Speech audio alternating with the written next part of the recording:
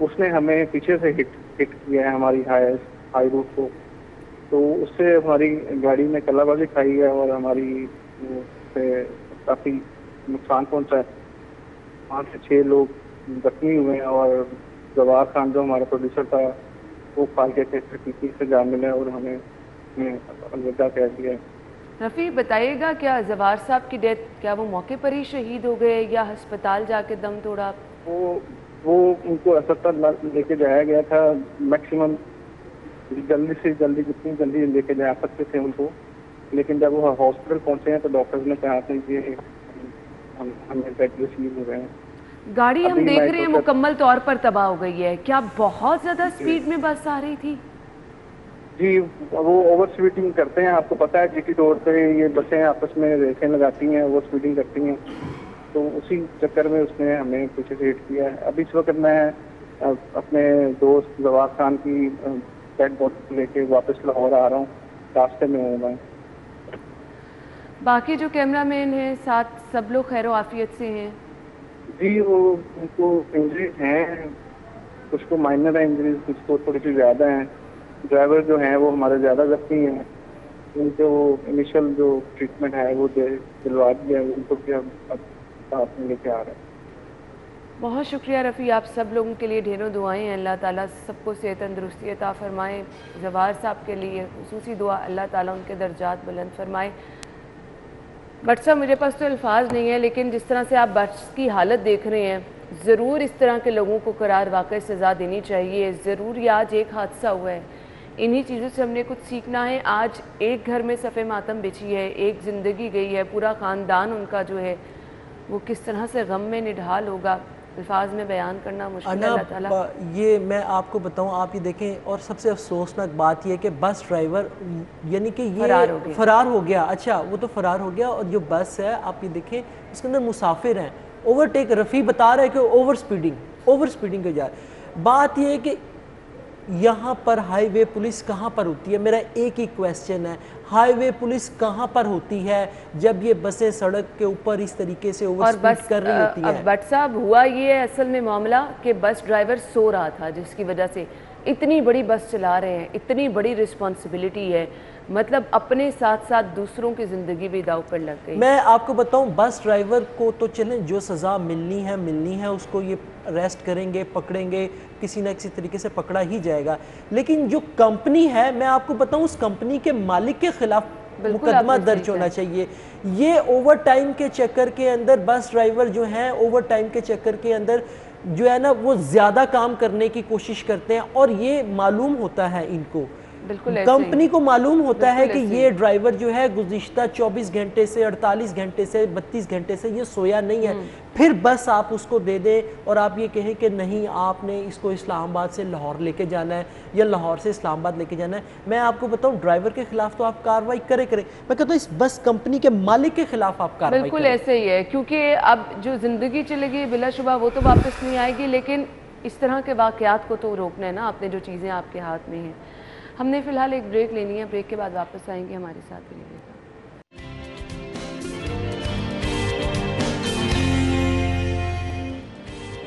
Welcome back ناظرین. کچھ بات کر لیتے ہیں کچھ سیاسی صورتحال جو ہمارے سامنے ہیں. پنجاب اسمبلی کا اجلاس آج ہونے جا رہا ہے اور نون لیگ اور اتحادی پنجہ آزمائی کے لیے تیار ہیں.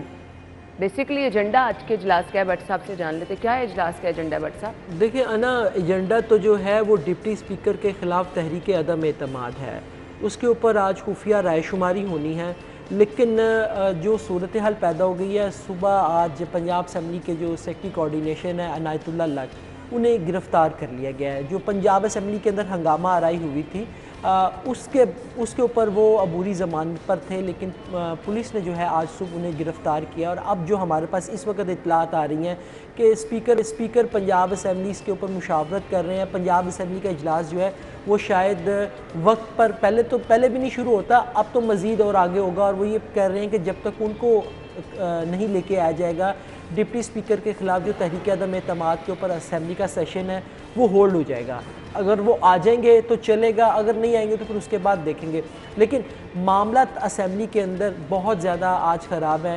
نون لیگ علیم صاحب کے ترین صاحب کے جو اراکین اسمبلی ہیں کھوکھر صاحب کے جو اراکین اسمبلی ہیں وہ اکٹھے ہو کے ماڈل ٹاؤن سے پنجاب اسمبلی پہنچیں گے اور نون لیگ کی جانب سے یہ جو ہے وہ الزام عائد کیا جا رہا ہے اب تک کی جو اطلاعات ہیں کہ اسمبلی کے اندر جو ہے وہ ہنگامہ آرائی ہوگی. دوسرے گروپ کی جانب سے کچھ لوگوں کو بلوایا گیا ہے جو نون لیگ کے اراکین کے ساتھ لڑائی جھگڑا کریں گے اور بلوایا گیا یا نہیں بلوایا گیا یہ تو اب اس وقت پتہ لگے گا لیکن معاملات واقعی گڑبڑ ہیں. لیکن جو پہلے وزیر اعلیٰ کے انتخاب کے موقع پر صورتحال پیدا ہوئی ابھی تک وہی کنٹرول میں نہیں ہوئی ہے. اب تحریک عدم اعتماد لائی جا رہی ہے ڈپٹی اسپیکر کے خلاف. اب وہ اس کے اوپر خود اسپیکر صاحب کے خلاف بھی تحریک عدم اعتماد جو ہے وہ نون لیگ والے جمع کروا چکے ہیں. معاملات جو ہے نا وہ بالکل اس طریقے سے خراب کیے جا رہے ہیں. مجھے یوں لگتا ہے کہ ایک سوچی سمجھی اسکیم کے تحت جو ہے نا معاملات کو بگاڑا جا رہا ہے کہ معاملات جو ہیں وہ پوائنٹ آف نو ریٹرن کی طرف چلے جائیں. ایسے ہی ہے بالکل. یہ دیکھیں نا آپ کا سی ایم ابھی تک سی ایم والا معاملہ جو ہے وہ درمیان میں لٹکا ہوا ہے. آپ عدالت نے حکم بھی دے دیا ہے لیکن اس کے اوپر ہم یہ خبر بھی ساتھ ایڈ ہی کر لیتے ہیں. عدالت نے کل واضح طور پہ کہا تھا کہ تاخیر جو بلا جواز ہے وہ برداشت نہیں کی جائے گی. گورنر حلف لیں یا کسی نمائندے کو مقرر کریں. مطلب واضح عدالتی احکامات کے باوجود ابھی تک ہم نے کوئی پیش رفت نہیں اس معاملے میں دیکھی ہوئی ہے تو بٹ صاحب بتا دیجیے. دیکھیں ابھی تک واقعی کوئی پیش رفت نہیں ہوئی ہے. جو میرے پاس انفارمیشن ہے اس کے مطابق ہدایات یہی دی گئی ہیں گورنر ہاؤس کو کہ اس کو جتنا آپ لٹکا سکتے ہیں جس طریقے سے بھی لٹکا سکتے ہیں اس کو لٹکائیں. انہوں نے آئینی ماہرین کے ساتھ رات گئے تک مشاورت بھی کی ہے. ابھی گورنر صاحب دوبارہ گھر سے نکل کے گورنر ہاؤس پہنچ رہے ہیں دوبارہ مشاورت کر رہے ہیں لیکن یہ اتنی آسانی کے ساتھ ماننے والے نہیں ہیں. ماننا پڑے گا ان کو کرنا تو پڑے گا. دیکھیں عدالت کا حکم ہے اب تو سیدھی کورٹ آف کنٹیمپٹ ہو جائے گی نا اگر آج آپ حلف نہیں لیتے ہیں. لیکن ابھی تک کی جو اطلاعات ہے انسٹرکشن یہی ہے کہ نئے وزیر اعلیٰ کو حلف نہیں لینے دینا. کس طریقے سے لٹکانا ہے اب کوئی نہ کوئی اس کے اندر سے آئین کی شک نکالی جائے گی یا کوئی اور اس کے اندر سے معاملہ نکالا جائے گا یا پنجاب اسمبلی کا سیشن بھی ہے ہو سکتا ہے وہاں پہ بھی کوئی اس قسم کی گڑبڑ کی صورتحال پیدا کر دی جائے کہ یہ معاملہ جو ہے وہ حل نہ ہو اور آگے مزید چلا جائے. شام تک انتظار کرنا پڑے گا. قبل از وقت میں بھی کوئی کومنٹ نہیں کروں گا کیونکہ معاملہ بہت زیادہ کچھ ریسٹرکشنز جو ہیں اجلاس کے حوالے سے ایوان میں موبائل لے جانے پر پابندی. اسپیکر پرویز الہی کی زیر صدارت اجلاس ہونا چاہیے. اچھا اجلاس میں مہمان نہیں آ سکیں گے. خواتین ارکان اپنا ہینڈ بیگ سیکیورٹی سٹاف کو جمع کروائیں گی. بٹ صاحب یہ پاسبل ہیں چیزیں؟ دیکھیں لازمی بات ہے اگر اسپیکر نے احکامات دیے تو اس کے اوپر امپلیمنٹیشن تو ہوگا.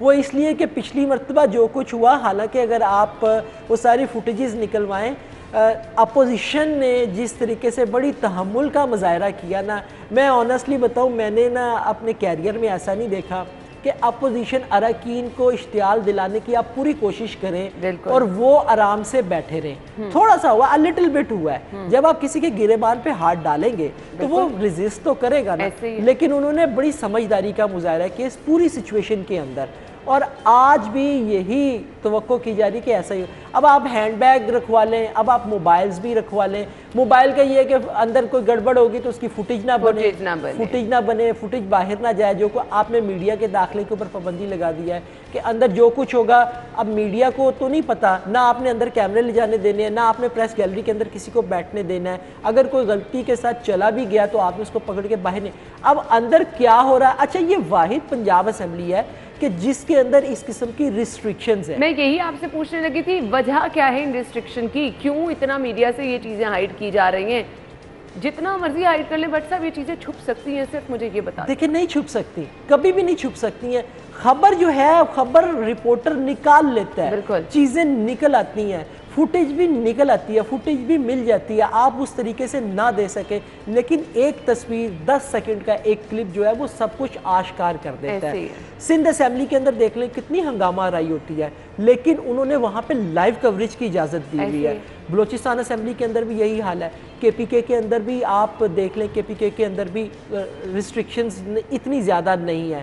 قومی اسمبلی کے اندر سے بھی چیزیں جو ہے پارلیمنٹ کے اندر صرف پنجاب اسمبلی واحد ایک اسمبلی ہے جس کے اندر ہر وقت میڈیا کے اوپر ایک تلوار لٹکائی جاتی ہے. میڈیا کو کسی نہ کسی طریقے سے روکا جاتا ہے کہ یہ اندر سے خبر نہ نکال لے اندر جا کے کاروائی نہ دیکھ لے لیکن نکل آتی ہے.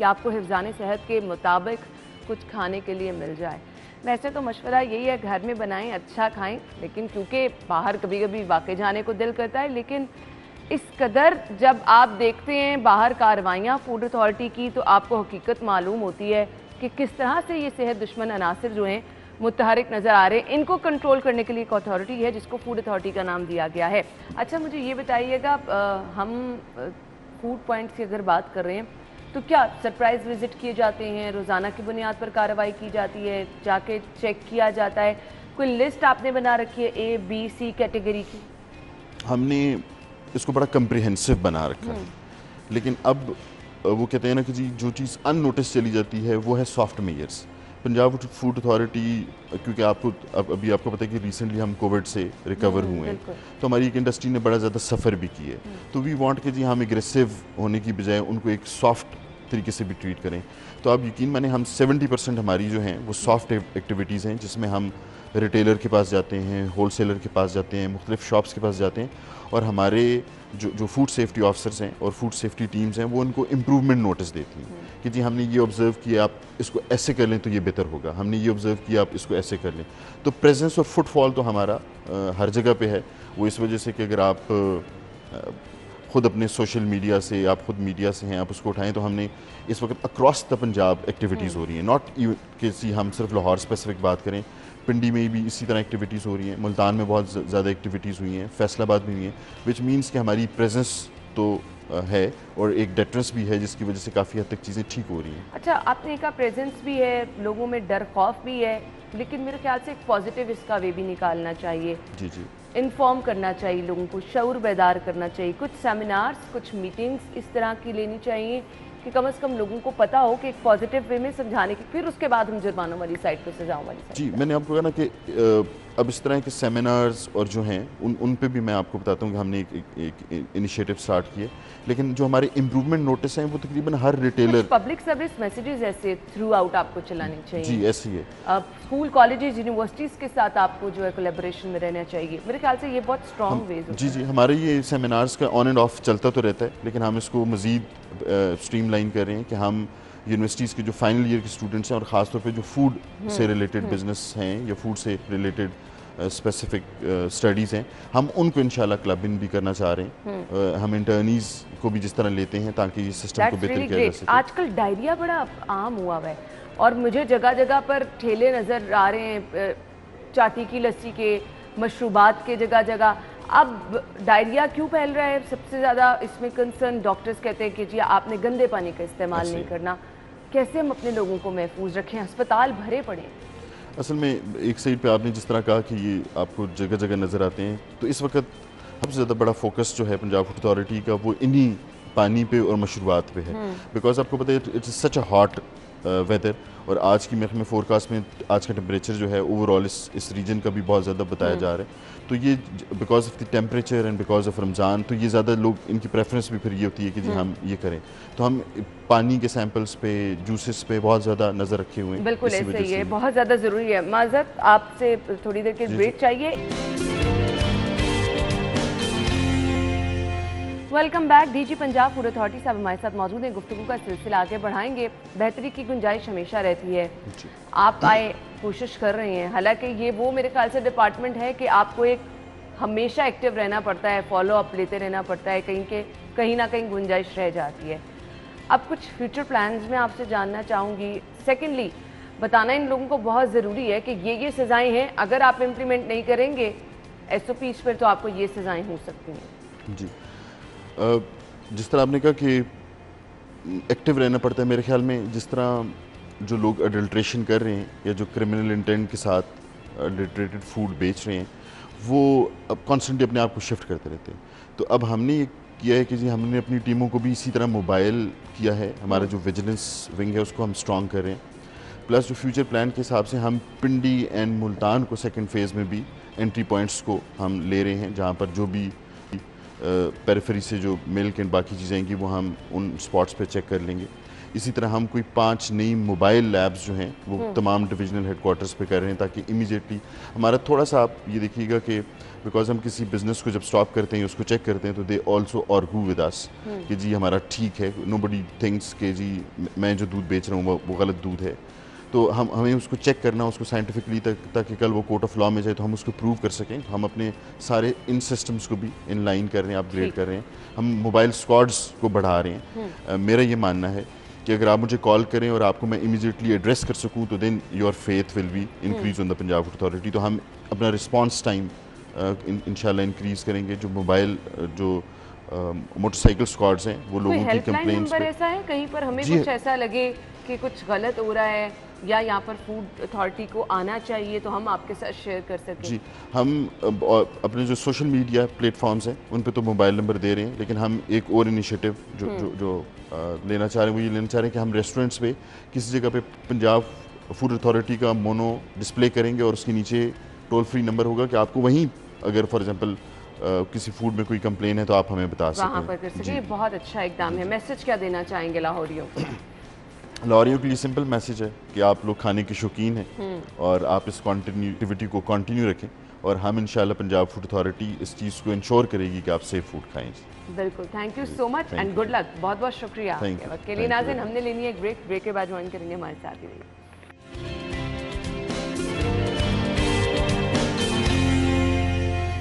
ہم گفتگو کا سلسلہ پروگرام میں آگے بڑھائیں گے. پروگرام کے حصے میں ہم بات کرنے والے ہیں لیلۃ القدر کے حوالے سے, جس کو 1000 راتوں سے افضل رات قرار دیا گیا ہے.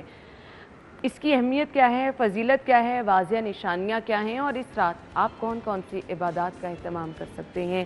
ہمارے ساتھ مذہبی اسکالر ڈاکٹر علامہ راغب نعیمی صاحب موجود ہیں.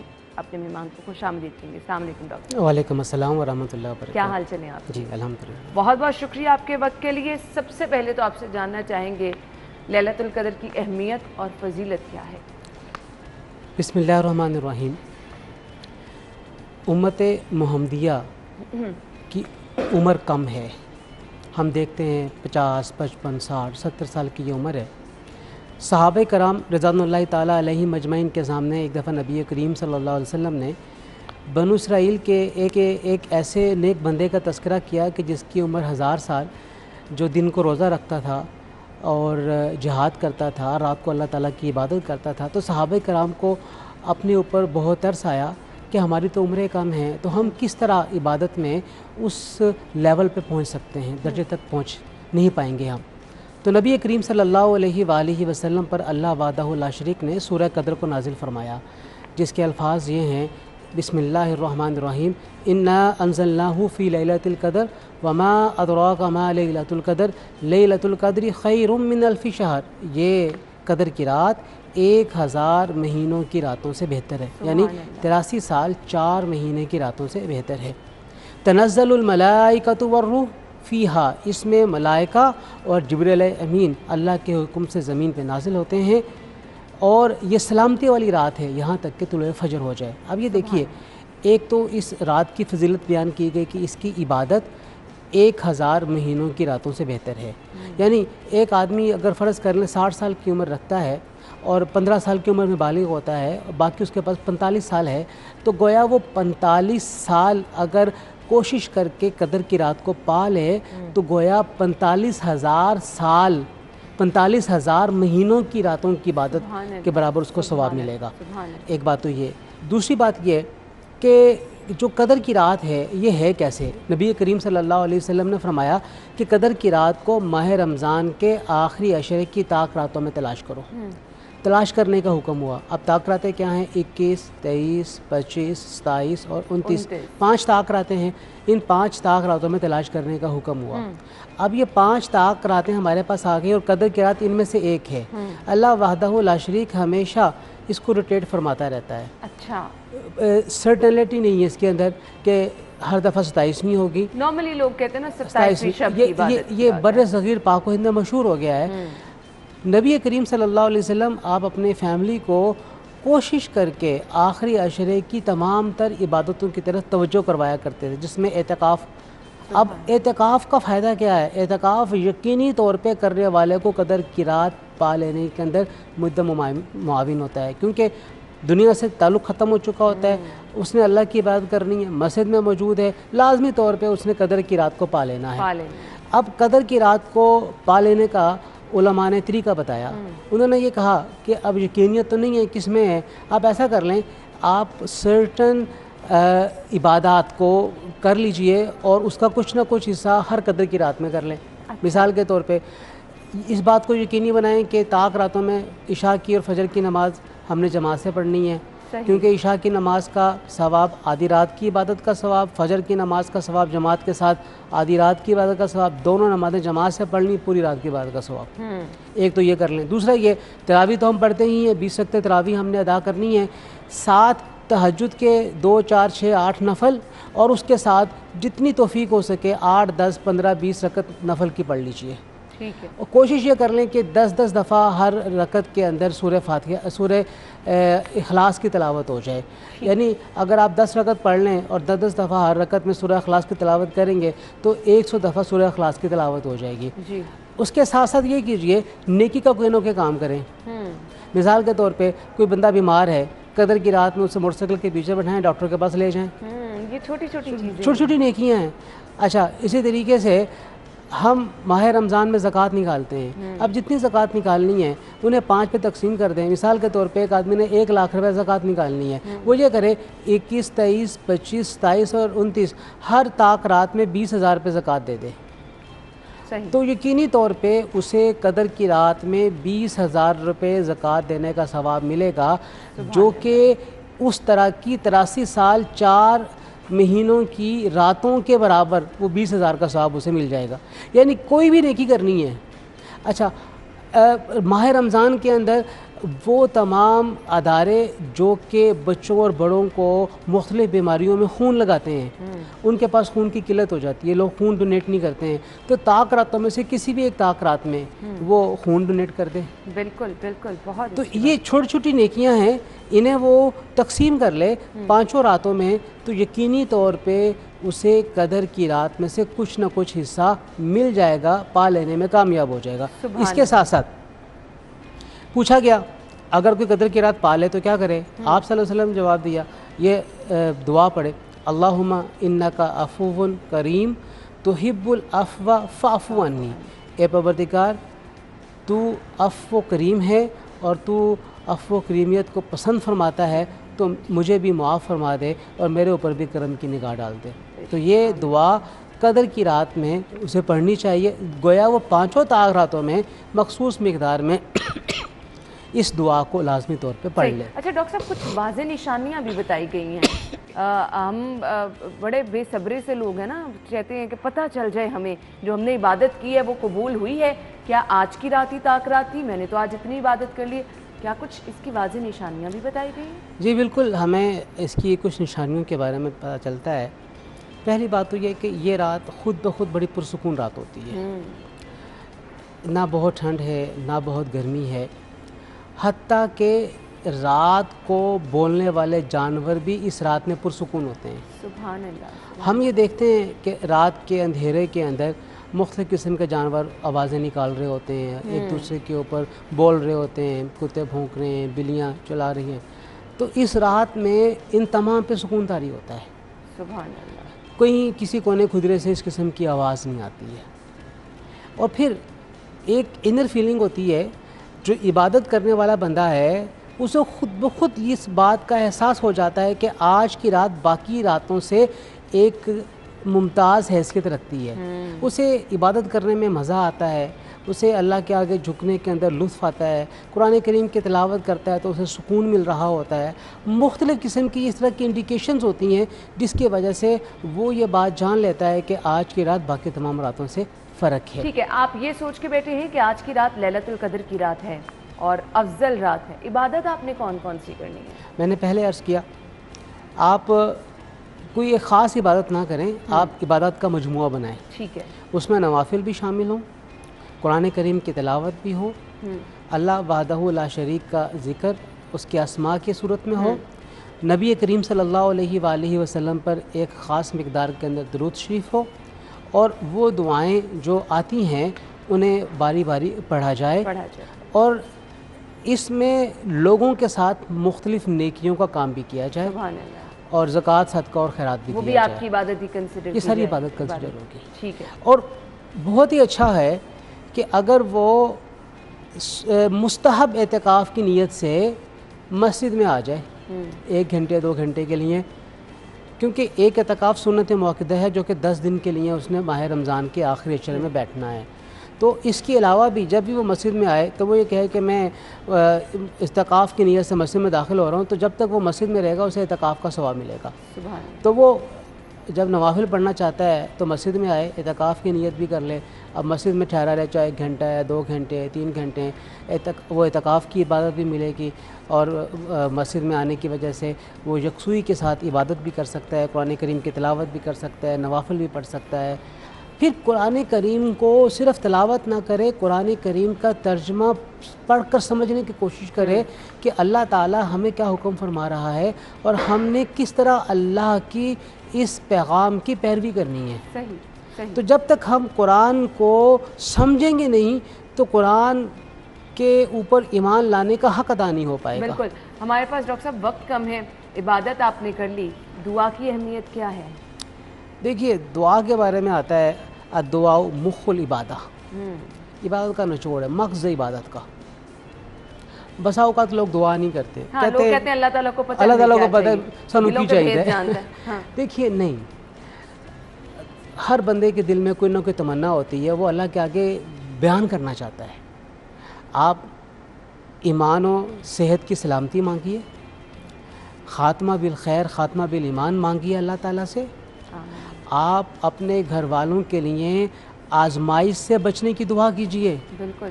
دیکھیے لوگ تصور کرتے ہیں کہ آزمائش پڑے گی تو ہم سہ لیں گے، نہیں، اللہ کی توفیق کے بغیر نہیں سہ سکتے ہیں. بالکل آپ نے تو بجائے اس کے کہ ہم تکالیف کا ویٹ کریں اپنے اوپر، اس کو ہم اس کو برداشت کریں، تو ہمیں پہلے ہی سے اللہ کے حضور دعا کرنی چاہیے کہ اے پروردگار کمزور جان ہیں ہم تکلیف کو سہ نہیں پائیں گے، لیکن اگر تیری رضا ہے تو ہم کوشش کریں گے اس کو سہنے کی. بہت ہی خوبصورت دعا. آپ سبھی لوگ اپنی دعاؤں میں ہم سب کو بھی یاد رکھیے گا. ڈاکٹر صاحب آپ کے وقت کا بھی بہت بہت شکریہ، جزاک اللہ.